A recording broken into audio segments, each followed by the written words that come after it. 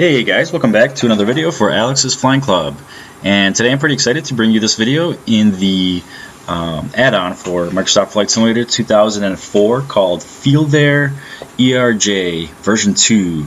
This is the feelThere is an add-on company, and this is their Embraer regional jet expansion pack. So right now I'm in the 145XR version, the extra long range, and I'm flying a flight for my the virtual United airline that I'm a part of. The virtual airline that I am a part of, Virtual United Airlines, and this is an online flight on VATSIM.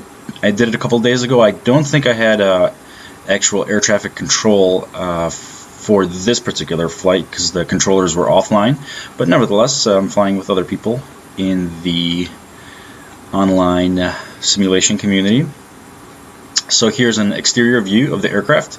It is a twin-engined jet, and this is a payware add-on, and I got it approximately maybe 2 months ago, and I'm really happy with it. It's a lot of fun. If you've only been flying freeware aircraft for Microsoft Flight Simulator, I definitely recommend getting a high-quality payware add-on such as this one, because the level of detail is great. The visual graphics are a lot better than any kind of free aircraft that you can get that I've found, and it's just a great experience. There's a lot to dig through, a lot to learn about the aircraft, and that's what I'm looking for from Microsoft Flight Simulator. So here I'm running through the power-up procedure. I turned on one of the fuel pumps and turned on the batteries, and right now I'm turning on the other fuel pump and getting ready to start the engines. And that's the second engine starter switch.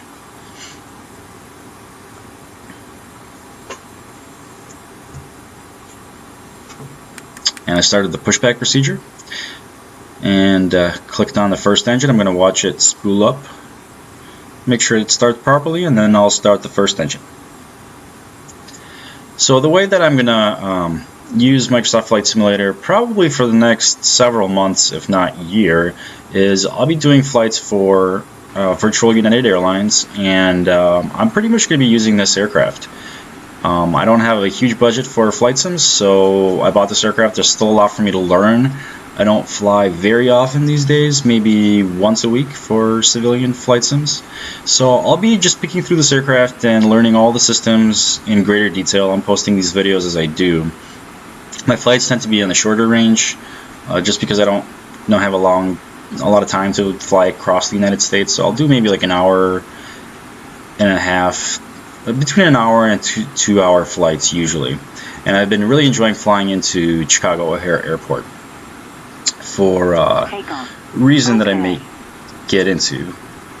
This aircraft has a cool button. It's called the takeoff configuration button. You just hit it and it tells you whether you've done all your checks and the aircraft's good to take off. So they said I'm ready, and I'm going to roll onto the runway. I'm not going to go through the startup procedures as you've already seen, and all the other procedures in great depth in this video. This video is just more to show how I'm flying in this aircraft currently. I have yet to iron out what everything means in the starting procedure, so that's why I don't want to go into great detail about that right now. But I have been having a lot of fun with this add-on, and I just wanted to show you guys the kind of general cockpit layout and everything like that. And sorry, this video is going to have low frames per second because I'm still tweaking the graphics settings. It's pretty graphically intensive, even for Flight Simulator 2004 standards. I was kind of surprised by that, but there's ways to get around that. Thrust checked. So here is the takeoff. Once we're up in the air, I'll talk a little bit about the interesting autopilot settings of this aircraft.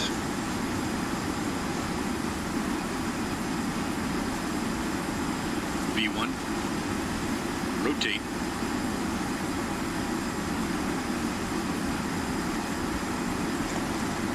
So I had a bit of trouble there with taking off. That's because I got a new joystick, and the trim, the elevator trim, isn't quite can't get quite as high as I need it to be for takeoff. But You're up. that's neither here nor there. So once I've taken off, it kind of took me a while to get used to this aircraft because there's autopilot for horizontal navigation, so it'll take care of your course and everything like that, and it'll keep a heading for you, but it does not control your speed. There's no auto throttle, so you have to control the throttle yourself, and at various settings the throttle can control speed. It can also control your vertical feet per second, your what's it called, vertical acceleration or whatever. Forget the exact term for it, but it's kind of tricky to figure out under what conditions the throttle is controlling what.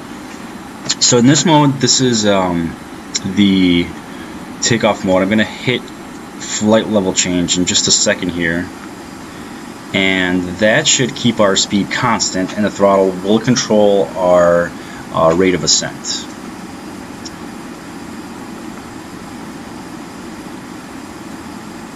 So now I'm directing the autopilot to follow our FMS plan, our flight plan in the flight management system, and to also have the climb vertical navigation autopilot profile. So my last step after takeoff is to turn off the APU system because our engines are completely powering the aircraft.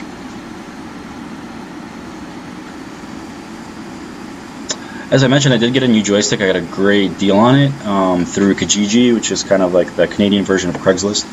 And I got the Cytec X52, which is a pretty popular joystick in the flight sim community, and I really like it.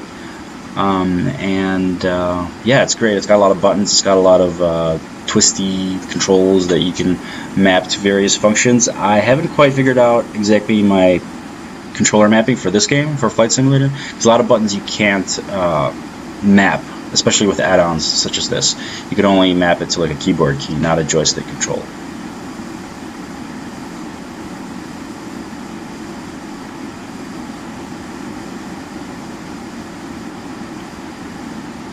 I had to turn the graphics settings down a bit because, as I mentioned, the frame rate is pretty low in this video. I will also probably have to run fraps after the flight, record the flight within Microsoft Flight Simulator, and run fraps afterwards, because running it at the same time as I'm flying is overloading my computer systems. So I'll figure all that out, and hopefully future videos will be a lot more smoother than this one. So we're still climbing. We're gonna get to 32,000 feet as our cruise altitude.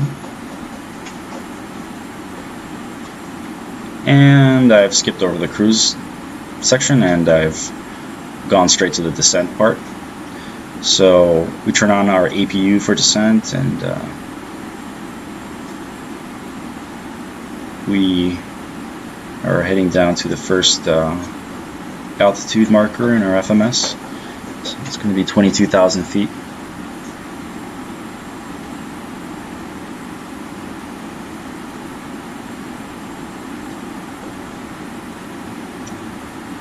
There's a lot of controls and systems to learn in this aircraft. Like there's a turbulence stabilization system, there's weather radar,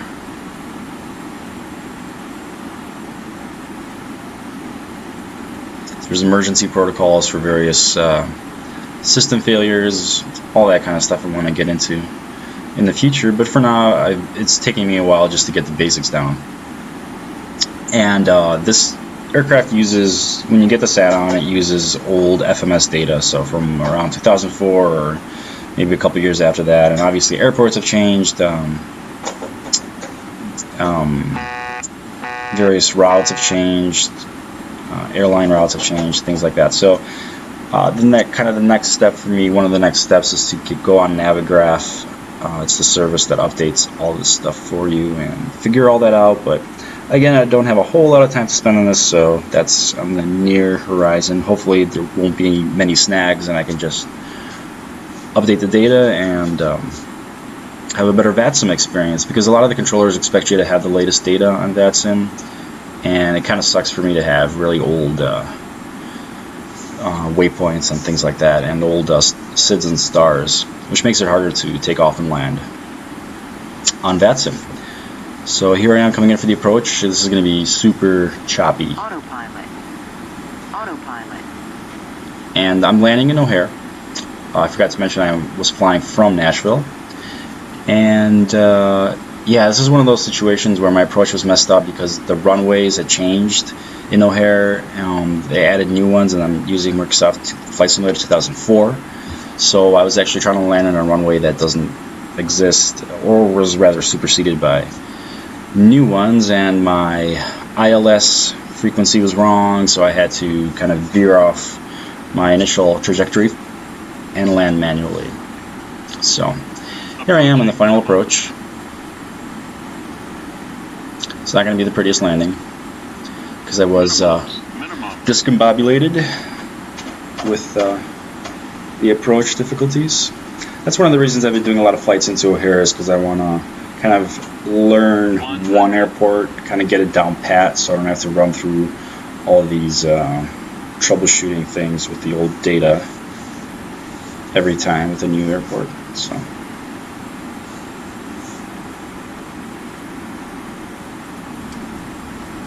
I'm sure the passengers did not enjoy that landing.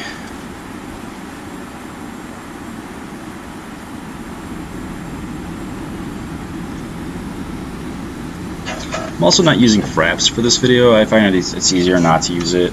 Again, it just adds to the weight of the processing. Makes it slower when I use, sorry, not fraps, track IR.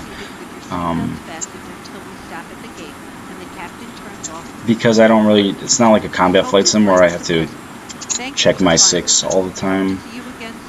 I downloaded an add-on, a free add-on that allows you to just pan around the cockpit in an easy way. It does seem kind of choppy in playback now that I notice it, but I do like it in game. So I'll continue to use that, and track IR. Games like Rise of Flight, I can record track IR inputs after the fact, but now for Aces High, still can't get that to work. So somebody had just asked me on YouTube about why I don't record track IR. I do actually have it, but just some games it's harder to record than others with my system, because I am flying on a gaming laptop, but does not have the resources that a good desktop would. So here I parked at the gate, and I'm doing an engine shutdown procedure. I'm going to wait for the second engine to stop and then turn off the first one. And I'm going to stop the narration right here. There's just a couple minutes left in the video, and there'll be an external shot of the aircraft. I hope you guys enjoyed this video. I'll be posting more as I do more flights in this aircraft and talk about the systems in more detail. But hope you guys enjoyed, and I'll see you guys in the next video. Thank you for watching.